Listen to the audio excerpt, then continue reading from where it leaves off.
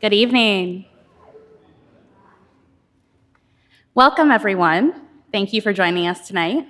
I'm Lauren Wright, Assistant Director in Interpretation, and I'm pleased to welcome you to this conversation about the in-gallery collaboration between two curatorial departments here at the Art Institute of Chicago, the Arts of Greece, Rome, and Byzantium, and the Arts of Africa. Before we begin, I want to ask you to please silence your cell phones. Today's program is a part of the Boschel Foundation Lecture Series. This lecture series is generously sponsored by the Boschel Family Foundation to present programs designed to stimulate interest in the art and archaeology of the ancient world. One of the benefits of working at a museum with a collection as large and varied as ours is the unique opportunity to create conversations between artworks from different areas of the collection. These connections can open up new interpretations and dialogues across time and place. As we await the opening of our new installation of African art in Gallery 227 this November, I've been working with Costa, the Chair of Arts of Africa, on installing select African works with objects from different areas of the collection to tell new stories. If you look closely around the museum, you can spot these artworks in a few different areas, from painting and sculpture of Europe to architecture and design. It's been fun to think laterally about the collection and find connections in unexpected places. My particular favorite is the juxtaposition you're here to learn about today between King Metang and ancient Roman portraits. To discuss the questions posed by this installation, what's in a portrait? How do different cultures visualize authority? We will hear from Constantine Petridis, Lisa Çakmak, and Katharine A. Raff. Constantine, or Costa as we know him, Petridis, Rita Knox Chair and Curator of Arts in Africa, joined the Art Institute in 2016. His latest exhibition, accompanied by a lavishly illustrated publication, is The Language of Beauty in African Art from 2022. Previously, he co-curated the 2020 exhibition Malagantana, Mozambique Modern with Hendrik Volkerts and Felicia Mings. Lisa Ayla Çakmak is the Mary and Michael Jaharis Chair and Curator of Arts of Greece, Rome, and Byzantium at the Art Institute of Chicago. Prior to joining the museum in 2020, she spent 10 years at the St. Louis Art Museum, or SLAM, most recently as their Andrew W. Mellon Foundation Associate Curator. Katharine A. Raff is the Elizabeth McIlvaine Curator, Arts of Greece, Rome, and Byzantium at the Art Institute of Chicago, where she has worked since 2011.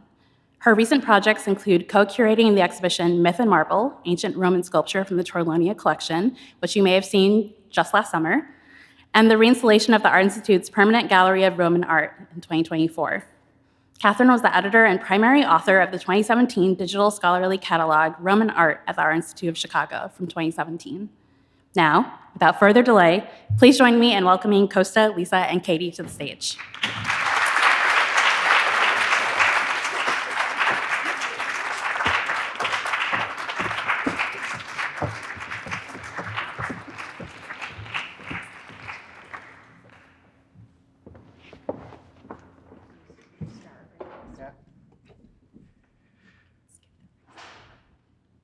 Hello, good evening, everybody. And first of all, thank you, Lauren, for this kind introduction.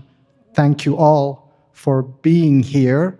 Thank you. And and Lisa and Katharine for the invitation to join you here on the stage to talk about this topic of portraiture as it relates to two very different cultural traditions and time periods, as you will see, but as you will hopefully also see, we'll come to some very interesting analogies and contrast as well. But so what drove the conversation and what drove our being here tonight with you is the fact that, as some of you may have noticed, back in June 2025, we closed the Arts of Africa gallery, Gallery 137, and you see an image on the screen of that gallery just before it was closed. It had been opened about 6 years earlier in a refurbished manner, so in 2019.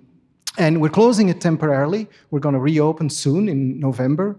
And in the meantime, we thought of original ways to show at least a handful of highlights from the collection throughout the galleries and try to present these objects in a way that they're typically not being presented.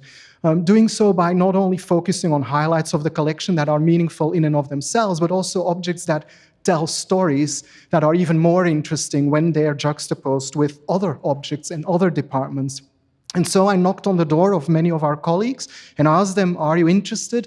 Here are a number of objects to choose from. What do you think? How do they resonate? And some of the ones that found happy foster families are the ones on the screen here. You see on the left that ancestral head of the Fang people of Gabon that is confronted or compared with a painting by Eldier Cortor in the American Arts Gallery, asking about the influence of African art on African-American artists, specifically in Chicago.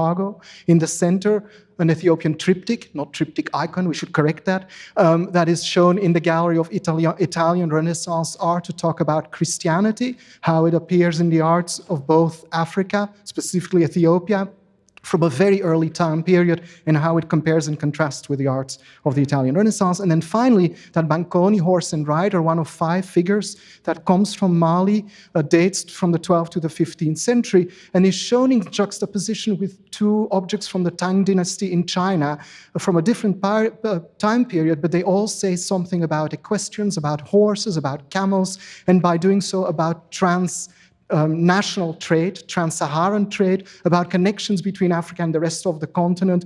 And through that story, they tell a story of interconnectedness in a way that one could not tell it by just focusing on one or the other gallery. So that was a little bit the hope and the ambition for this program. So these were the 2 objects that Costa presented to me when he came knocking on our door, the power figure, and then, of course, the portrait figure of Metang. And I was immediately taken by the portrait figure of Metang, and we ended up with this sort of dialogue here for reasons that I'll explain in just a minute. But it's important to point out at the outset of this talk that we are looking at 2 pieces of artwork that are separated by nearly 2,000 years. So the Roman portraiture that we're going to be talking about dates to the 2nd century CE, and the portrait of Metang dates to the 20th century. So just keep that in mind as we're talking. But the reason that portrait of Metang spoke to me is that at the time, Katie and I were deeply embedded in our project, Myth and Marble Ancient Roman Sculpture from the Torlonia collection. And this was an exhibition that we hosted here at the Art Institute last spring. There were 58 sculptures from the Torlonia collection here, and of that, 22, so 33% of what we had on view in that exhibition were portraits. Some of them were imperial portraits that immediately were recognizable as very specific emperors. Katie will talk a little bit about how we know that. Some of them were less identifiable, and this is particularly the case for portraits of imperial women. But with these issues at the forefront of our mind, a year or so later, we find ourselves here. So this is the installation as it exists today at the intersection of galleries 150 and 154. And here's another view where you can see these three Roman sculptures from the 2nd century in conversation with Metang. Now, it wasn't until we really started working on this small installation 6 or 9 months ago that we started asking ourselves this question of, like, what is a portrait? So is this a portrait? These are our headshots. These are digital photographs that you just saw taken by a professional photographer. Are these portraits? I don't know if any of you are on LinkedIn, but I've been seeing a lot of AI-generated headshots. You put your selfie into a program and it spits out your portrait, your improved portrait. And then you think about social media and Instagram filters and, oh, I have a blemish here. Can you just remove that? Or can you take 10 years off of my face? I mean, I would love that. But it got us to think about what do we mean by a portrait? And so we thought a place to start in regards to this question would be with the ancient Romans and their ideas and examples of portraiture. So I'm going to hand it to Katie now. Thank you. So, of course, when you hear the term portrait, again, as Lisa's saying, what do you think of? And I think for many people, this often is what we find in the Western tradition. So what we find are portraits are objects that or likenesses that are often associated with a very individualized depiction, something seemingly naturalistic, but importantly, something that is thought to be recognizable, that you can identify the person who is depicted based on their physical appearance. And this is something that's really rooted in the concept of mimesis, or sort of mimicry of reality. And here you can see just a few of the Roman marble portraits in our collection that are on display right now. So this Western conception of the portrait, again, often focuses on the appearance of the head specifically. So we're thinking here about, again, as you just looked at these headshots, capturing specific facial features, maybe one's hairstyle or beard, other facial hair, but it can also extend to the rest of one's physical appearance, so body type, clothing, jewelry, other adornment, even the pose in which one is standing or seated. And this is something that is really developed, sort of comes to fruition in this way in the Roman world. And so, of course, there are certainly earlier portraiture traditions just globally, but also in the ancient Mediterranean, specifically in ancient Egypt, in the Greek world. But these have different focuses, often focusing on idealization. But of course, what does idealization mean is a question we've also been asking ourselves depending on the culture.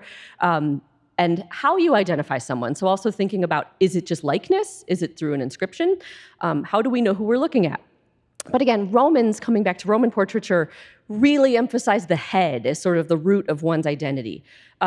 Your physical appearance could also speak to the positive personal qualities that you had. So this isn't necessarily like a beauty on the inside thing, and you didn't have to necessarily be beautiful on the outside. Certain elements like wrinkles could also attest, like age could attest to maturity and knowledge. So, but again, not really a beauty on the inside kind of culture. Now, by the 1st century in the Roman Empire, portraits could be found pretty much in every medium imaginable. I mean, it was very much a portrait habit. And so I show you here, there are just, again, an array of media. And this is not only people of the imperial family, so the emperor and members of his family, but also private, so non-imperial individuals. And this is, you can see gems, terracotta, painted portraits, mosaics, so things that were built into, a building, and even painted funerary portraits. In Egypt. In Egypt, yes, thank you, which, of course, and this is this is an entirely other topic to get into. But I think, again, one of the questions we actually, even in the context of our own galleries, we've often gotten this question of, but is this really what these people looked like? And it was one of the number one questions we got last year during Myth and Marble. We don't know. We don't know if that's what Trajan looked like. We don't know if that's what Hadrian looked like. We weren't there. I know. Shocking to believe. Right. And we really don't have literary sources that generally describe, sometimes here and there, but you also don't know how much those are contrived for specific reasons. So it's really hard to say. But I think rather than wondering, is this really how individualized these people were? Is this what they really looked like? I think we do need to think about this question of intentionality and what in specific periods and cultures, what features are being emphasized or exaggerated or maybe played down. And again, what was being idealized and what does that mean? So in the Roman case, this might be something, eternally youthful and very, very beautiful. But again, it really depends. What does beauty mean, right? But so many big questions. But I think, the point here is that we have to think about what messages about the individual's character or sort of personal qualities are being suggested by the features that were chosen for the portrait. And just also to go on and say, again, this portrait habit is really pervasive, and the main way we really see Roman portraits that survive today are through marble portraits and through coins. These are two media, and especially depicting the emperor and members of the imperial family that were, distributed widely throughout the empire. And one quick anecdote about Hadrian, that Katie would often share, is that he is the first Roman emperor to sport a beard. And we don't really know why, but it has come down to us 2,000 years later that he might have been embarrassed by acne scars. So it's like, first recorded moment of a filter, or somehow trying to give yourself a glow up in your marble portraits. Right. And so with this in mind, again, a lot of the individuals we do see in the portraits that survive today, while there are many unknown portraits or unnamed anonymous individuals, so much of what we have that survives are these portraits of named, known, identifiable emperors, which is actually a question I'm kind of getting to in just a moment here. But of course, these are images. They weren't just images of people. They also carried power. A statue of an emperor could carry the right of asylum. It could serve as his proxy in court. It was something that was very interactive in this way. It wasn't just purely something you just sort of looked at and went, yep, that's him. You needed to know also who was in charge. And in that regard, thinking about the Roman Empire touched 3 continents. So most people would never have actually seen the emperor in person. And yet his appearance needed to be instantly recognizable, regardless of whether the population spoke Greek or Latin, whether they were even literate. And this is, again, why we find their portraits everywhere now. But how do we know who we're looking at? And this is, of course, another question we comes back to and is that really what they look like? Most of these portraits do, as you can see, we see a lot of disembodied heads or bodies with no heads, survive in a fragmentary state today. But we are fortunate that in some instances we have dedicatory inscriptions. I would say in rare instances. Yes. A lot of times when there's archaeological context is when we tend to find that. Or funerary monuments, but it's not common. We have a lot of unknown people. We have a lot of statue bases with inscriptions that say who's depicted, but no statue attached to the base. Yeah. So, if someone could do some matchmaking, that would really help us out. But the other place where we do find names, which is very helpful, is coins. Again, coming back to the sort of relationship between marble sculptures, specifically portraits, and coins. So inscriptions on these coins minted under the Roman Empire will tell us who was depicted. So here on the left, we have Emperor Commodus. On the right, his mother, Faustina the Younger. And having these 2 media together was something that, centuries ago, as Roman marble sculptures were being uncovered, so in the 16th and 17th centuries, scholars were able to look to the coins and say, wait a minute, that looks, just like this likeness. And so in turn, that has allowed for now we can often, at least as far as emperors go, pretty clearly identify who's who. Another point I will say that we don't illustrate here, but that context of where sculptures were displayed will sometimes help us clue us in on identity if you have, say, family groups, imperial family groups. But again, that's something that's not as common because you need to have the sort of excavated evidence often with the inscriptions. So, but at any rate, I think, this certainly, I hope, gives you sort of a primer for as we're thinking about, how I think for Lisa and I entering into this conversation, thinking about what is a portrait. But I think, Costa coming at this in terms of thinking about portraits in Africa almost 2 millennia later may have, different points here. Yeah, different points, but at the same time, I think there are also a number of commonalities that are important to underline. And I think a lot has to do with, yes, how do you define a portrait, but also that you accept at some point that even your seemingly naturalistic likeness is not so naturalistic and is not so much of a likeness. And I think that definitely applies to an object like the one that we're focusing on, this royal figure, this commemorative figure of King Metang, the 10th king of the Kingdom of Batufam in the grass fields of Cameroon. We'll talk a little bit more about that grass field and the particular tradition in a minute. But what matters here, of course, in the first place is that you notice the differences between the many Roman examples that we've seen so far. In this example, first of all, it's carved in full, meaning full body from top to toe. Secondly, it's wood, and that's also one of the reasons why many of these objects are more ephemeral in nature. They don't survive centuries or millennia, typically. This object is specifically dated to 1912, 1914, and I'll go back to that in a minute too. One other major difference is, of course, the absence of an inscription on the object, which would have helped us if there were one there, and that's typically not the case for any work of African art, and I'm talking specifically about this kind of material, 19th, early 20th century sculptural wood that we label as traditional, tradition-based historical African art that has an integral role to play in a society, be it in its political, religious, social, economic life, that has a functional nature in the broad sense of the term. And that definitely applies to this amazing sculpture as well. The abstraction and boldness of this figure is what strikes us, and it's one of the reasons why these and others like it would have appealed to artists of the German expressionist movement, the expressiveness of the language. But one thing that is clear is, despite the fact that we know who is being represented when the object was made, it is not based on physical likeness. This is not meant to look like somebody in the Eurocentric physiognomic sense of the term. And that's what at the core of this matter. For a long time, African artists were denied portraiture because it was so denied by Western Eurocentric art historians and art lovers, because for them, portraiture was about physical likeness. In most African art traditions, it's not about physical likeness. It's about ideas. It's about an idealization of a human's being. And it's more about a general representation. It's not about the idiosyncratic. And once you accept that, there's actually many more objects that fit in that category and that are actually about real historical named individuals.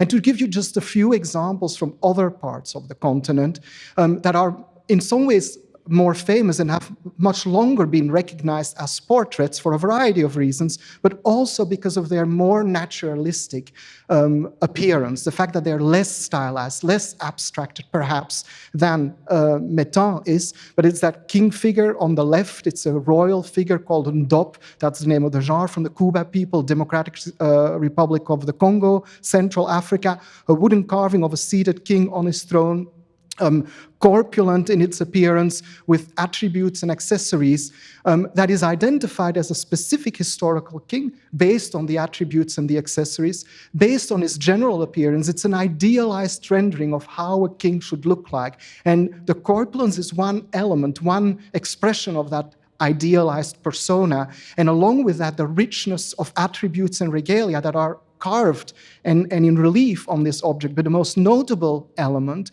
that makes this object recognizable as a portrait of an individual is the little object, the emblem, that is called ibol, that is carried in front of the throne of the king. In this particular case, a cup with a carve in relief carved on it. And that is basically, I don't know if you can see it, I'll try it this way. This thing, that's the ibol, that identifies this king. So it's not the physical likeness as such. And that also applies for the mask on the right. Here we're dealing with a wooden carved mask from the Baoulé people in Côte d'Ivoire, West Africa, locally known as a portrait mask, which is known as ndoma. That's the generic name for portrait. But in practice, this mask would have had a personal, individual name. It would have carried the name of the individual whom it portrayed. And it is personalized and individualized in the accoutrements, especially in the hairdo, in the cicatrization masks, the scarification marks on the face that imitate real life and that may have been inspired by the portrait. But the identification of the mask would only be possible if it would be seen in its performance context with a woman who was portrayed dancing alongside the mask, where you would actually see this is the portrayed woman, this is its portrait. It's not about literal physical representation. So it's all context that makes that distinction, and it's based on other attributes than the physicality of the object. And that also goes for these two other examples, where we're literally dealing with portraits that, as far as we understand it, they were made based on a living model. On the left, a spoon with a human head-shaped handle from the Da people of Liberia, specifically from an artist called C from the village near Diaple. And then on the right, a chokwe mask from Central Africa, from Angola, with a generic name Po or Mwana Po. This too would have carried a personal name. And here, in both cases, you see an individualization in cicatrization, coiffures, etc. But again, without the information that actually tells us who the person is that is being portrayed, even though locally people would know it. Costa, may I ask a question? Yep. This is not rehearsed. Like, this is actually me having a question.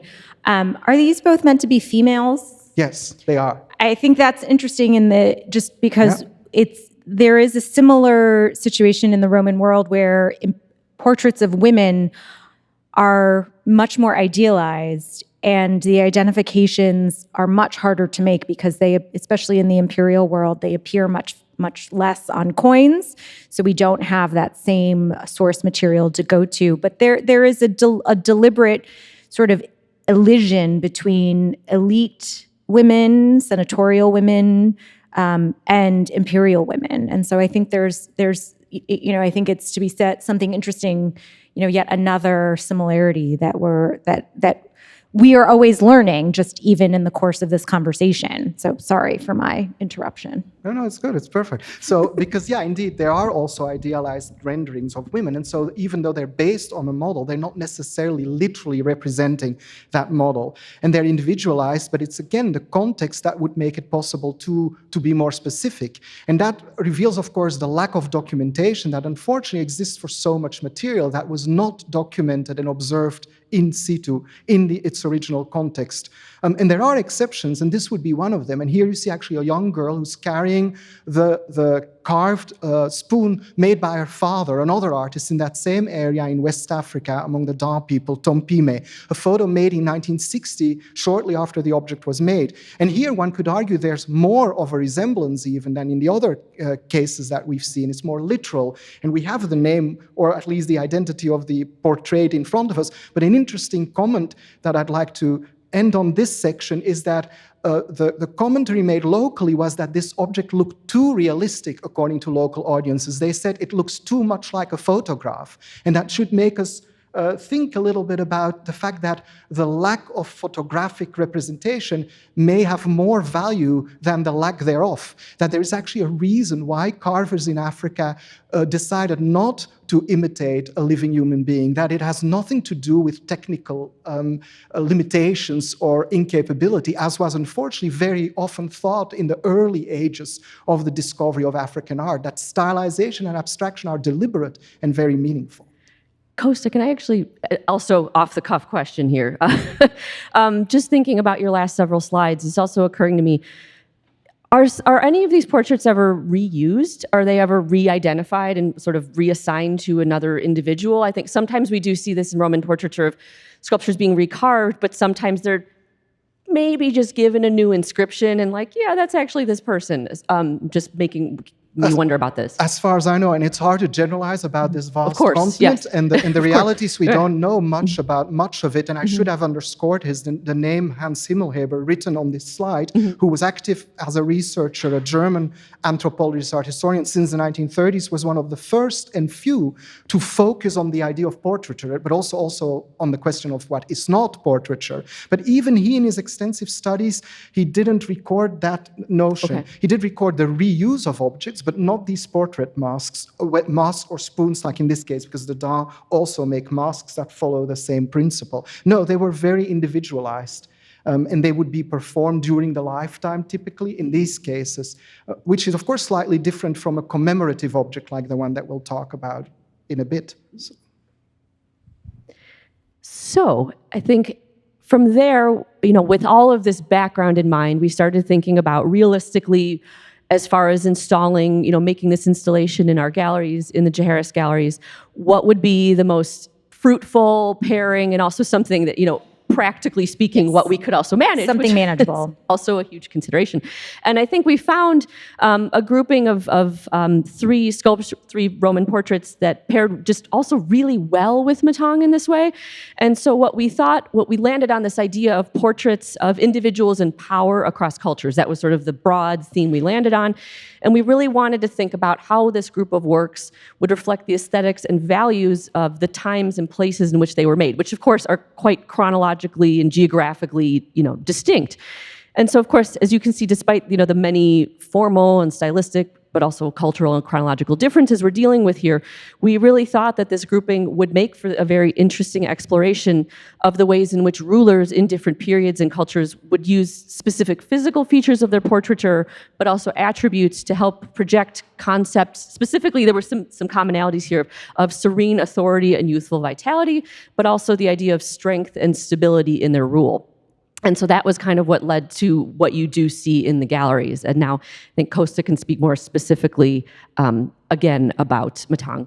Yeah, because the idea would be, we're of course ultimately comparing two different things, not only in terms of chronology, but also I would assume that familiarity with Western audiences, with Rome and its empire and its arts and cultures is a little bit more rooted than familiarity with the Cameroon grass fields. But I think one of the reasons why this object is so exceptional and so rich in terms of having the conversation that we're having is because it is an identified portrait by an identified maker, and I'll come back to that in a minute, but also because it belongs to a rich heritage, a rich tradition that is literally centuries old.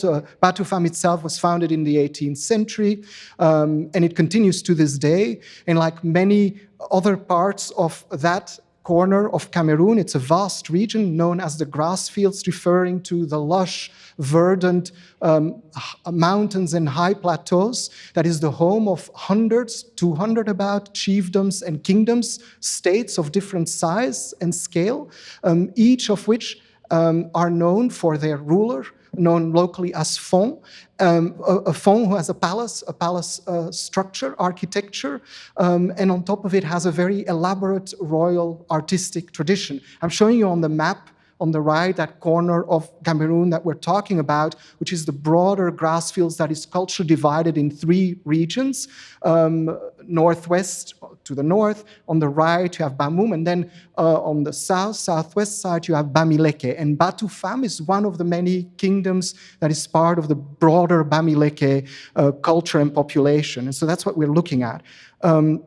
Now, what matters and what has definitely contributed to the fame of our object, or the object that we're focusing on, is that it belongs to this rich tradition of commemorative sculptures from Cameroon that were used in a variety of ways, that were commemorating a ruler. They were commissioned at the time of the investiture or installation of the ruler, and later on they would play very critical roles in the life and existence of the chiefdom or the kingdom. And they would all be manifestations of the fact that the ruler here is a semi-divine human being, that it's somebody who has access to the world of the ancestors and to the nature spirits, and that's what allows them to rule and to shepherd and help and support their population and the land that they oversee. They also would be brought out, these commemorative statues, at big festivals, at state festivals. But so what is so fascinating about the object that we're looking at and has contributed to its fame is that it was documented repeatedly in situ, in Africa. And here you see one, and I'll show you another one later, photo of the palace as it was documented in 1961. It's the last, 1960, it's one of the last photos taken of that particular structure. You see the tall wooden pillars that support the grass roof. And then if you look carefully, at the bottom of that image, you see standing sculptures, standing figures in wood. And those are the ones that you see from close by in this earlier photograph, the first one known. That ensemble was basically photographed between 1925 and 1961.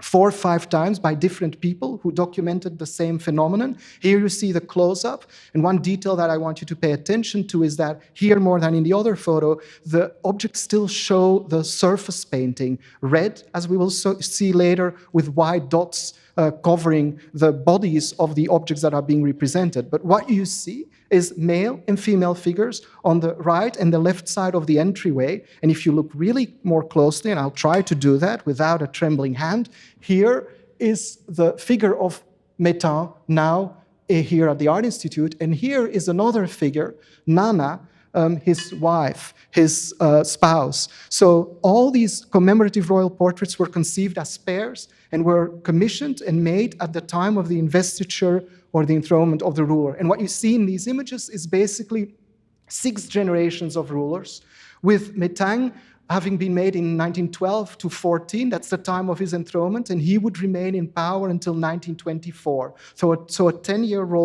long rule. And here you see the image of his wife, Queen Nana, who's today also in a museum collection, as I mentioned, at the Art Gallery of Ontario in Toronto. And you see they're both made by the same artist, a foreigner actually, somebody from another chiefdom who was commissioned to make the work from abroad and then realize these images, both made at the same time. And then to just give you a sense, all the objects actually that you see in that photo are not in situ anymore. They're now spread around collections collections or in collections around the world, both public museums and private collections. And this is one of them. It's the very last one of the series, the wife of the usurper Njike, who is the last ruler of this dynasty, who was actually dethroned. And it's at the moment of his dethronement and after a period of the objects sitting there and having been left to the elements, which led to their erosion and to their damage, as you can see on many of the examples that we've been looking at, that they were sold and ended up through a Belgian middleman into various collections and ultimately in the collection of the Art Institute. Yeah, and so this leads us to this whole notion of, again, what is so important about these objects beyond or more or above their physiognomic likeness and resemblance.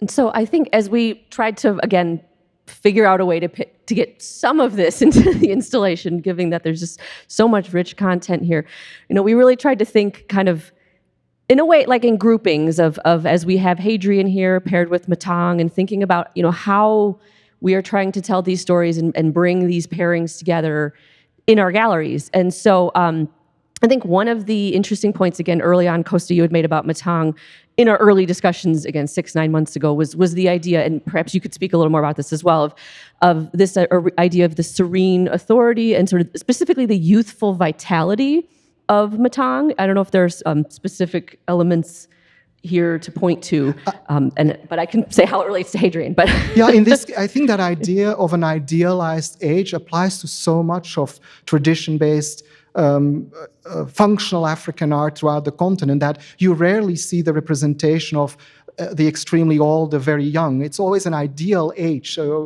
Sometimes in our scholarship, we even call it ephebism or ephebism, using the Greek term for the eternal prime age. And now in this case, I think that because it's not so much about physiognomic likeness, that it doesn't really matter, doesn't really apply to this. I think it's an idealized rendering for other reasons that have to do with the attributes, the pose, the posture, and that's what we can talk about in a minute. But so, yeah, I think it's different in that regard here.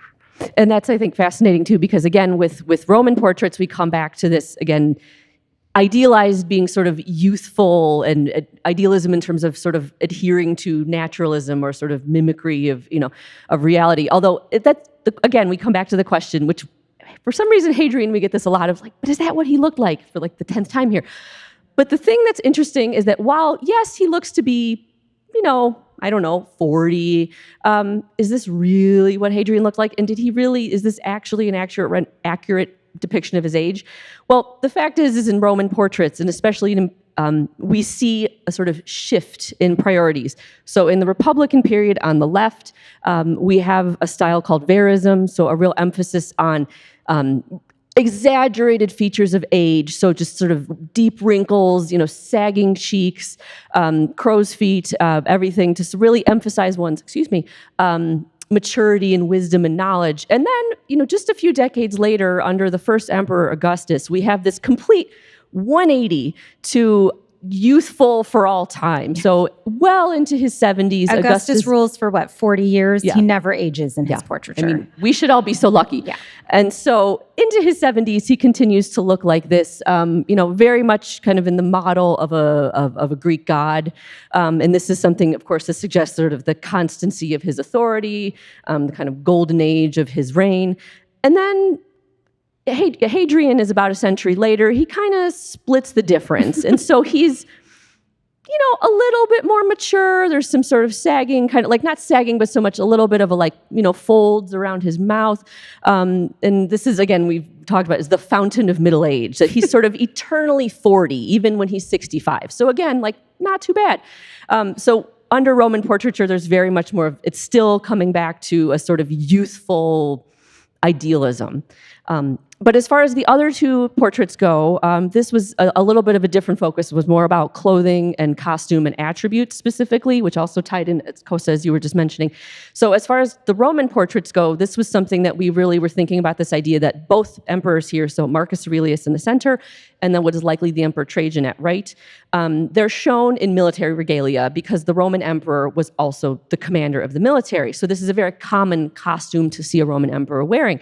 And such military portraits would really project a message to the Roman public about Rome's strength and the security of its borders. And so this is something that we were thinking about. Well, clearly Metang is not in what, well, I shouldn't say what he clearly, but I think he has different attributes than what we see with the Roman emperors, but that's still convey a message about his rule or governing? Yeah, all of that. And I'm sorry, I see that we're missing a slide, right? But so we'll leave that as is. So if you look at the image of Metang, what matters is the posture or the attributes that he's carrying. So there's the pointed hat, which is very evocative of a variety of hats and headdresses that would be worn by title holders, including chiefs and kings. And then also the jewelry around the neck.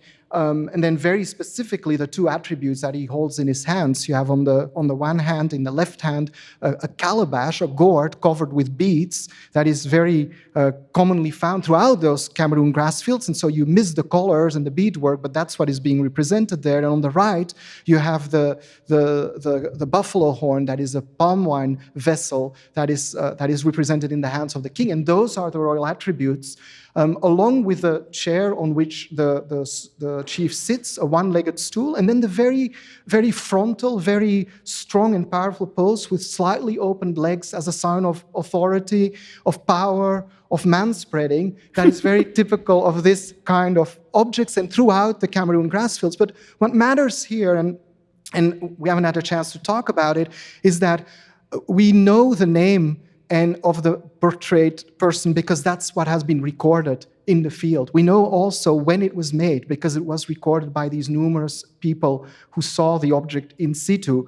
We know also by whom it was made because, again, that was documented. But what matters here is the context, the contextual setting, the fact that this object was found in front of the palace structure alongside these other royal portraits. And so it's the context as such that defines the authority and that makes this into the idealized representation of what authority and power means in this part of West Africa. And it's a combination of life-giving, life-taking, power that is admired, that is generous, and power that should also be respected and feared because it can do harm if it's not treated properly. And all of these ideas are embedded in the iconography of this image. And what would be added is what I alluded to earlier, the red pigment, the red color, the combination of red kamut powder with oil, and then with the spots of the white feline, of the leopard, that are added to the wooden surface. That is something that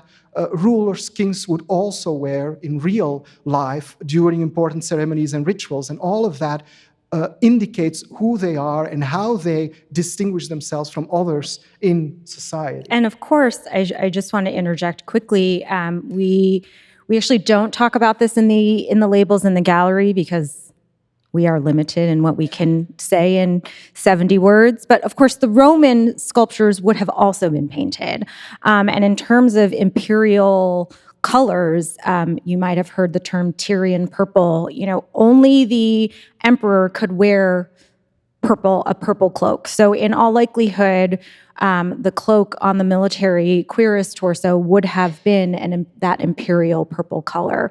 So again, in both of these cultures, color really also played a really important role in signifying certain aspects of identity.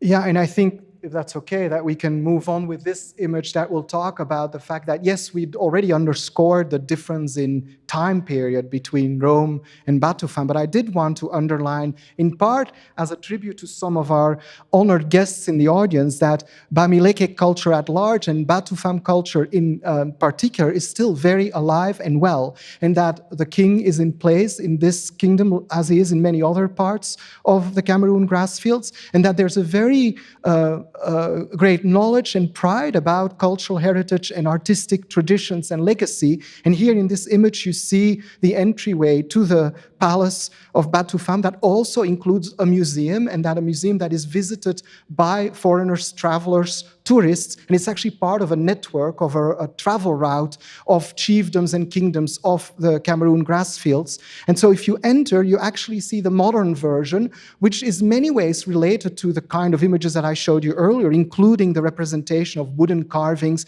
including these bead-covered calabashes that I mentioned earlier here, and other calabashes, stools of all sorts that are carved and otherwise. And what you're seeing is actually the new version of the palace that has been transformed into a museum, or that does double duty, both as a palace and as the repository of the treasury that includes newly made objects by the current ruler and objects inherited from the past as a tribute, as a memorial to the past, but also as a legitimization of current power and authority.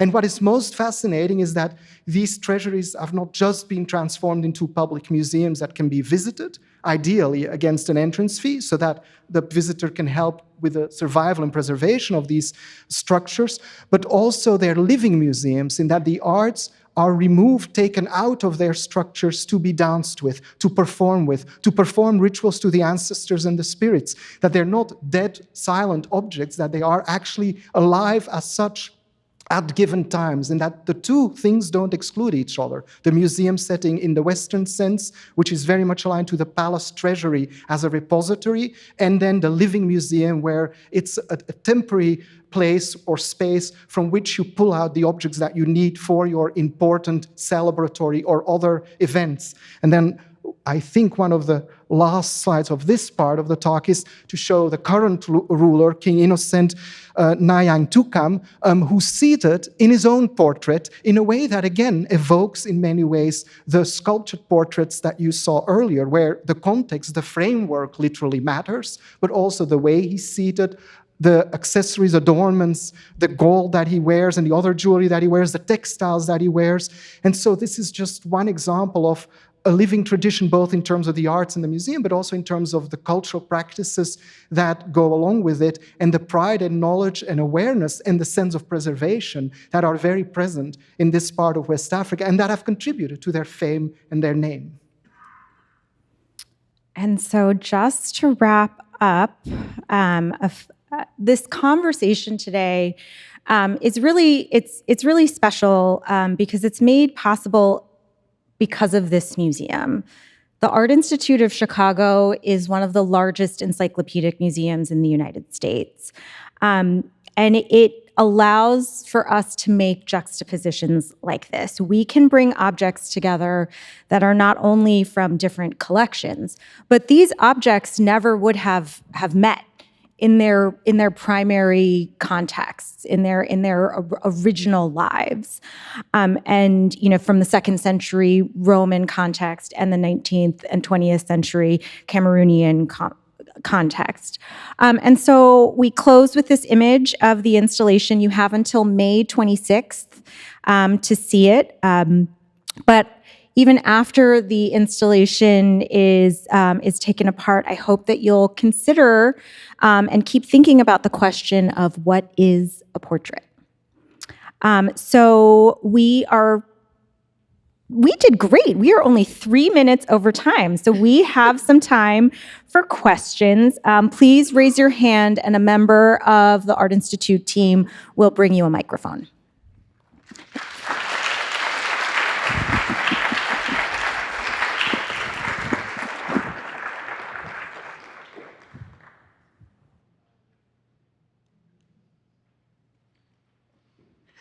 One over here. Hello, good evening. Thank you for the talk.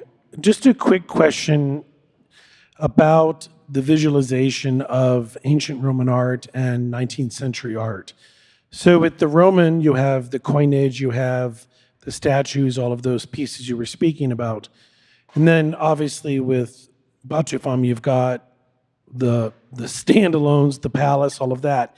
Do you have any photography of King Metang to actually create a visual element? And if not, has there been any use of 3D rendering technology on both ends to create a true visual representation of what they looked like? It's a great question. And I can say with confidence that there are photos of more current, of newer kings in place. I can also say, as you've seen, that you didn't see that, but the few photos I showed you come from various series, one of which goes back to 1925, that's kept in a repository in an archive in Paris, Musée du Quai Branly, and it's one of many, many photographs. Now, among the published photographs that I've seen, I have not encountered a photo of King Metang of 1912 yet. I'm not saying that it doesn't exist. I'll be curious to find out and to see if that changes anything to our conceptions of how representation or not is this portrait. But before I go any further, without putting anyone on the spot, is there anyone who knows more, who actually, because of lived experience or other historical knowledge, has seen photographs of this particular king from the early 20th century, or his wife, Queen Nana? Just asking, in case. I would like to learn, so thank you. No, great question. So to be continued, I hope.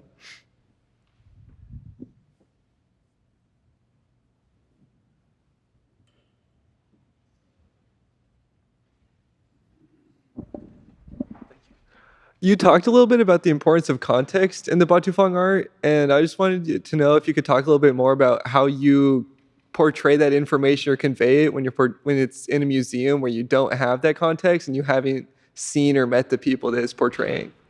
That's a terrific question. Yes. Again, So tricky. And listen, I think it applies not just to Africa. I think our two colleagues have actually, in some ways, despite having literary sources and a long and extended history of written history to rely on, I think there are similar problems, and they can elaborate on that, I'm sure, in a minute exist as well. In some ways, this Batufam context, again, one of the reasons why it's so known and beloved and admired is the fact that we actually have more contextual information than we do for many other similar examples of the same time period. So that's one thing. So what we do in a museum like ours is we use secondary means of interpretation to introduce those layers of documentation and those other visual support elements. What Costa means is there's a photo on the label that he showed That's in the presentation. It's not just that. We also make interactive labels, so we show a little bit more of that.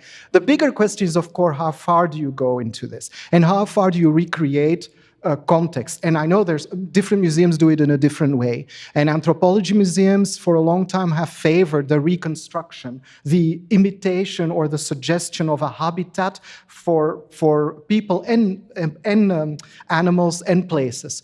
We as an art museum have long stepped away from that. But our question is always, how do we recontextualize this material? The bigger issue that you have is that you lack specific information for so much of the material because of a variety of reasons, but typically that specific information, for instance, this portrait is a portrait, we know it's a portrait, but of whom? We don't know who the woman was portrayed. I'm not talking about Batufam, I'm talking about the other examples.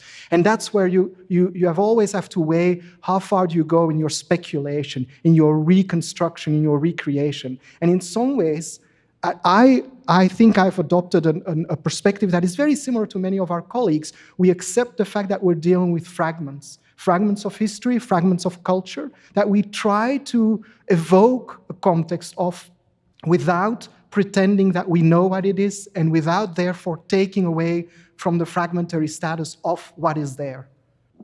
Yeah, I think we have to, we have to become very comfortable with uncertainty. And we don't like it's not comfortable. Like, I don't like not being able to tell you the exact fine spot, the exact place that an object from ancient Greece or ancient Rome was used.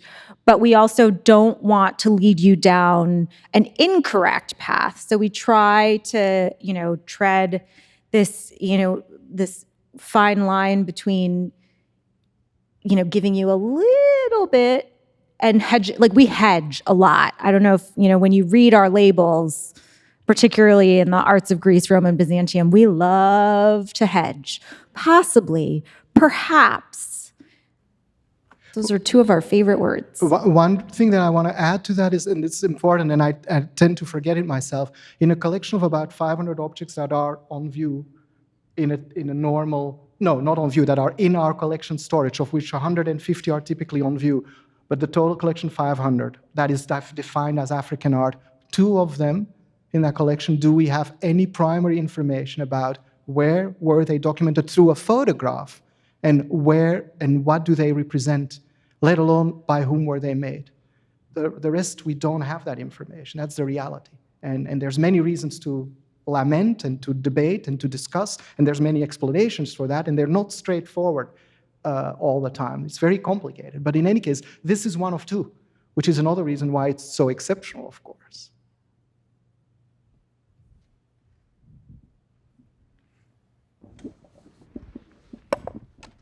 Katharine, Lisa, Costa, thank you for a very nuanced discussion. What struck me so much in this question of portraiture is this push and pull between naturalism and civilization. The idea that Western art historians are denigrating talented artists because they are not representing things in the naturalistic way that they think so. Walking through the galleries earlier, I was reading about how Doris Lee's 1935 painting of Thanksgiving was so denigrated because it wasn't naturalistic, that the woman who funded a prize at this institution created essentially a new art prize for sanity in art because it was naturalistic. And of course, Matisse is called a fauve, a wild beast, because he is not making something naturalistic. In the sense of push and pull between civilization, what do you see the role of the portrait now and the role of abstracted portraits, of non-representational, of non-naturalistic? And how, just as the portraits that all three of you spoke about, are these politicized? Wow. I mean, this is... Can you do that? No. I want to give Katie a chance to respond, but just, I'm very impressed by that question. And we've been thinking that sort of underscored this little project was because we're colleagues, we have this opportunity with Metang being so exceptional to start engaging with that question. Do we have an answer? No. But are we thinking about it?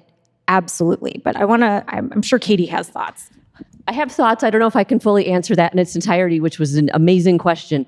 I think, it's interesting though, I think even this Roman privileging of, again, naturalism and mimesis is something that even in the ancient Mediterranean world goes back even earlier to, I think I forget, is it Pliny the Elder who tells the story about is it Zeuxis with the painting, that there's sort of this painting competition, and then there's the painter that wins is the one who painted the sort of curtain over the painting because it I'm going to pull it back. Oh, no, I can't because it's actually painted so well, that this is sort of a value that is sort of privileged in the classical world, the ancient Greek and Roman world, going back even centuries before the Roman world.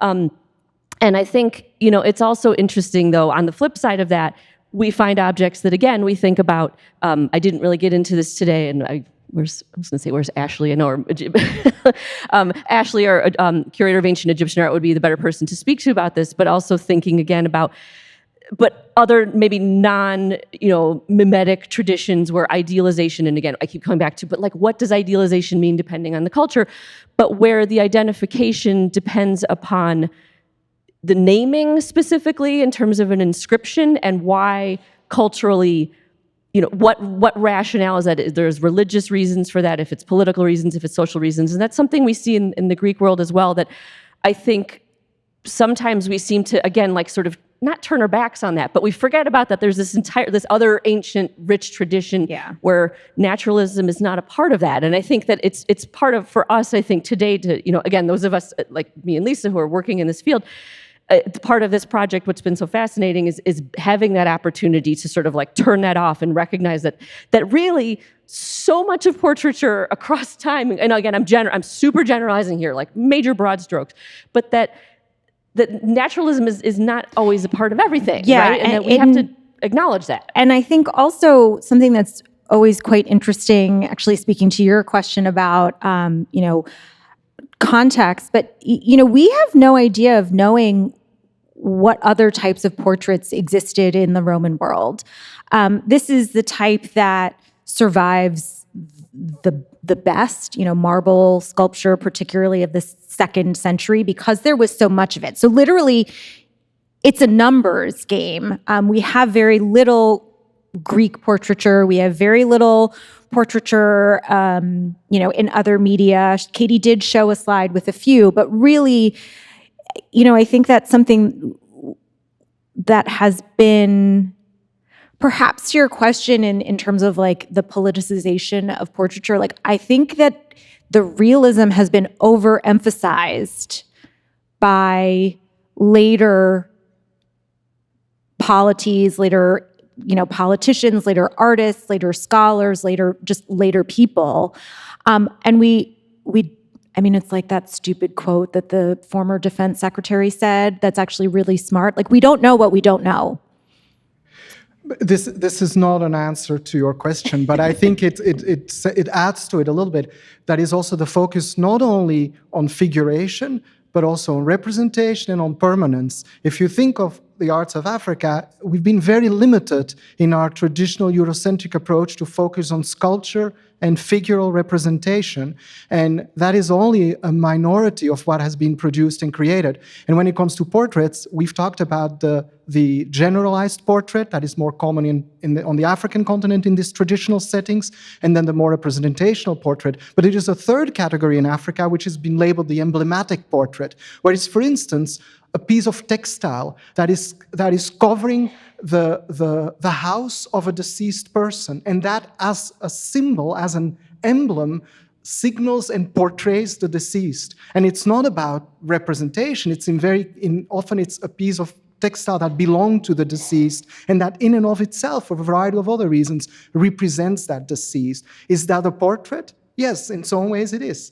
Even though it's not figurative, it's not permanent, it's not going to stay there. They'll remove it. The house will be left to decay and be abandoned. But that's another way to think about this very Eurocentric art historical focus that has led to so many exclusions and so many neglect vis-a-vis other traditions in the world. But so again, having a conversation and hearing questions like that allow us to hopefully try to overcome these barriers and limitations.